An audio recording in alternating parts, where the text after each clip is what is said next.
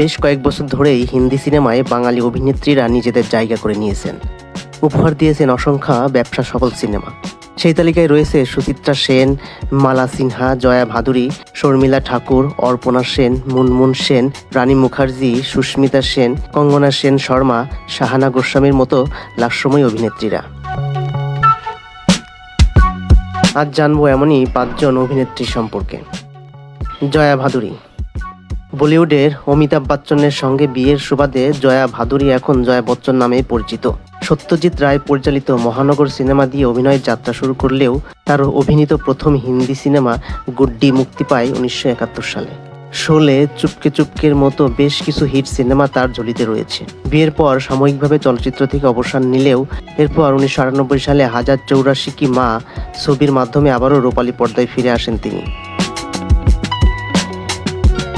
কাজল। মা মারাঠি অভিনেত্রী তনুজা এবং বাবা বাঙালি পরিচালক সমু মুখোপাধ্যায়ের মেয়ে কাজল 90-এর দশকে অন্যতম জনপ্রিয় অভিনেত্রী। মাত্র 17 বছর বয়সে বেখুদি সিনেমার মাধ্যমে বলিউডে আত্মপ্রকাশ করেন কাজল। দিলওয়ালে দুলহানিয়া লে যায়েঙ্গে, কুছ কুছ হোতা হ্যায় সহ আরও অনেক সিনেমায় অভিনয় করেছেন তিনি। শাহরুখ খানের সঙ্গে তার জুটি সর্বকালের সেরা জনপ্রিয় বলিউড জুটিগুলোর মধ্যে অন্যতম। রানী মুখার্জি। শুরুতে সিনেমায় আসতে চাননি রানী মুখার্জি, পরে মায়ের জোড়াজুড়িতে বিয়ের ফুল নামের একটি বাংলা ছবিতে অভিনয় করেন। ছবিটি সুপারহিট হলে হিন্দি সিনেমায় অভিনয় শুরু করেন রানী মুখার্জি। গুলাম, হাম তুম বা কুছ কুছ হোতা হ্যায় ছবিতে অভিনয় করে রানীও চাচাতো বোন কাজলের মতো 90-এর দশকে নিজের জায়গা করে নেন। কঙ্গনা সেন শর্মা। অভিনেত্রী অর্পণা সেনের কন্যা কঙ্গনা সেন শর্মা বলিউডের অন্যধারা ছবিতে অভিনয়ের জন্যই পরিচিত। দুবার জাতীয় পুরস্কার বিজয়ী এই অভিনেত্রী mister and missus Iyer, Omkara ও ওয়েক আপ সিডের মতো নানা বিষয়ের ছবিতে অভিনয় করে দর্শক থেকে সমালোচক পর্যন্ত সব মহলেই সমাদৃত হন। অভিনয়ের পাশাপাশি মায়ের মতো সিনেমা পরিচালনাও করেন তিনি।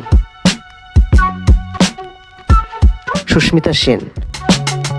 1994 সালে মিস ইউনিভার্স শিরোপা জেতেন 18 বছর বয়সী মডেল সুস্মিতা সেন।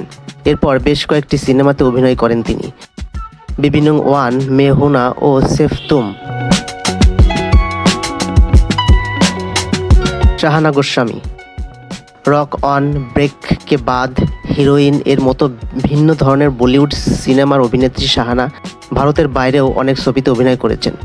ভারতের পাশাপাশি বাংলাদেশের আন্ডার কনস্ট্রাকশন ছবিতে অভিনয় করেন তিনি।